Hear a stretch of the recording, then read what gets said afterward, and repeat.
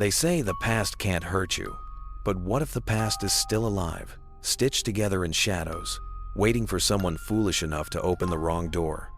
What my friends and I found inside that abandoned hospital wasn't just decay and silence. It was something hungry, something that never should have existed, and one by one, it's coming for us. I remember the first time I laid eyes on it. The old hospital. It loomed at the edge of the forest, a crumbling relic of another era where sickness and suffering once filled its halls. Time had done its work. The brick facade was veined with cracks like broken glass, vines coiling over its walls like skeletal hands. Windows gaped open, black and hollow, like the empty sockets of a skull. The roof sagged, rust streaking down its edges, and the faint outline of a faded hospital emblem clung desperately to the stone above the entrance. It felt wrong. Not just abandoned, but misplaced. A place that should never have been allowed to exist, standing stubbornly against the encroaching forest that longed to swallow it whole. But to me, it was irresistible. Dude, are we just gonna stare at this thing, or are we going in? Kyle's voice jolted me back. His hand clapped my shoulder, jolting me from my trance. Maddie tugged at my sleeve, impatient as always. Come on, Jake, we'll lose the daylight. Her tone was firm, but her eyes were gleaming with excitement. As you wish, I said, mock bowing toward the door. Ladies first. She rolled her eyes at me, shooting daggers through her glare. And with that, we stepped inside. The air hit me first. Heavy, damp, the stench of mildew mixed with something faintly metallic, like rust and dried blood. Every breath clung thick in my throat. The floor crunched beneath our boots, shattered glass, loose plaster, broken tile. Graffiti bled across the walls in jagged neon strokes. Names carved, threats scrawled, obscene drawings leering out at us. Exposed wires dangled from the ceiling like nooses. Pink insulation spilled from ruptured vents like the stuffing from a gutted animal. I'd done urban exploration before. Cracked schools, abandoned factories. The thrill of trespassing into the forgotten always gave me an adrenaline high. I lived for it, the rush of stepping where no one was meant to tread, stealing glimpses of the past. But this place felt different, like it was watching us. We wandered deeper, flashlights cutting swaths through the dark. Dust motes swirled in the beams like drifting ash. Kyle whispered, "Hey guys." I froze. Yeah? You don't feel it? Like, we're not alone? His voice was tight, trembling at the edges. Maddie laughed it off, folding her arms. Please, you're trying to freak me out. Not happening. But Kyle shook his head, pale. Number, I'm serious. The shift was instant. Maddie's smirk faltered. My chest tightened, and just like that, the air grew heavier, the silence thicker.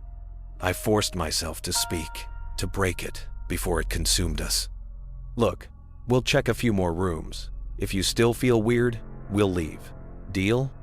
They both nodded, but the tension clung like cobwebs.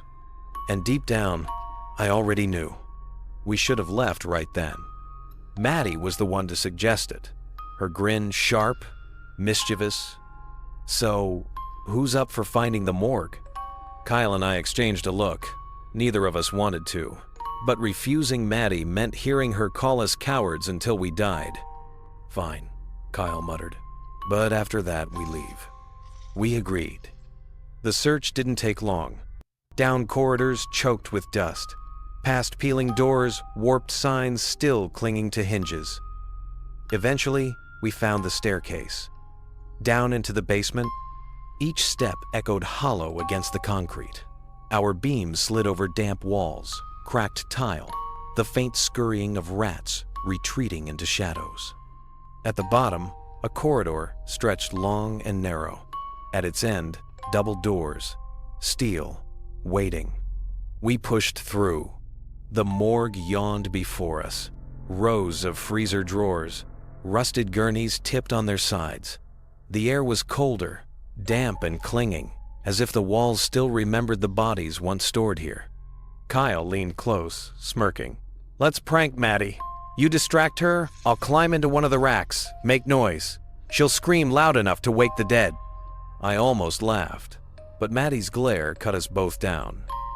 Don't even think about it. That's when it happened. Bang. The sound jolted through the morgue, a metallic rattle. We froze. Bang. Bang. One of the freezer doors bulged, denting outward. Something inside slammed against it, harder and harder. My skin went cold.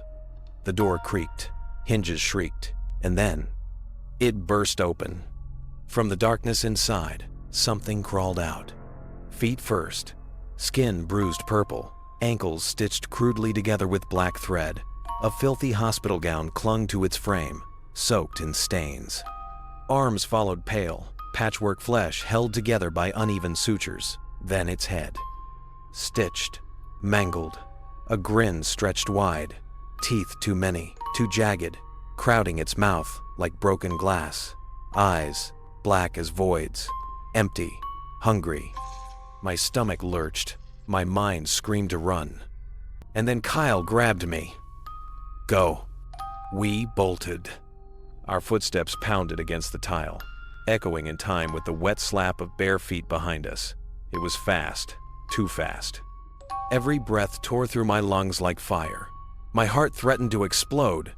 Maddie screamed behind me. We reached the stairwell. 3 steps at a time. We climbed. The sounds followed. Closer, closer. At the top, the lobby. The front doors gaped open. I didn't stop. I didn't look back. I sprinted through, out into the cold air, fumbling for my keys. My car door slammed behind me. I gasped, my chest heaving. Seconds later, Kyle dove into the passenger seat, slamming the lock down. His face was chalk white. Sweat dripped down his temples. "Jake," he panted. "Where's Maddie?" The words hit me like a blade. She wasn't there. We waited. Minutes. Hours. Eyes locked on those hospital doors, praying Maddie would burst out. She never did. The police searched. The building. The forest. Nothing. No trace. No evidence she'd even been with us. But Kyle and I knew. We knew what had taken her. After that night, Kyle and I drifted apart. Too much guilt. Too much silence. Whenever I saw him, I saw Maddie's empty eyes staring back at me. Weeks later, I got a text. "Meet me. Urgent. 8 p.m. Pond. At the park." He was waiting on the bench, hunched, eyes bloodshot, hair wild. He looked broken. "Kyle? What's wrong?" He turned, tears welling. "She's been visiting me, Jake. Maddie. Or what's left of her." His voice cracked. Her mouth stitched shut. Hair soaked in blood. Wearing that hospital gown. She's not Maddie anymore. That thing has her. And it wants me.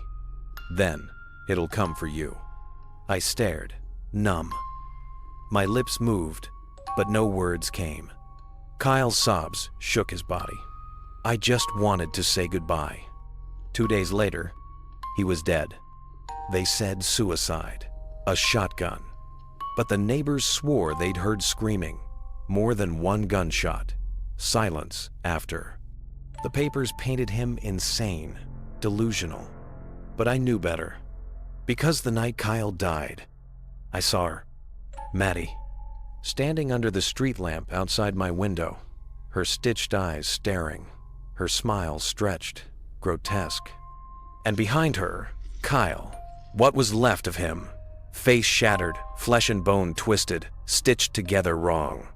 They're closer now, each night, first across the street, then the yard, then the hall. Last night, they were in my room. They stood at the foot of my bed, smiling, silent, waiting. And this morning, I woke to words scrawled across my wall in crimson. "Tonight, your soul belongs to me." If this story kept you looking over your shoulder, imagine what's waiting in the next one. Don't forget to like this video, subscribe to the channel, and hit the bell icon so you never miss another nightmare. And tell me, would you dare explore that hospital? Let me know in the comments.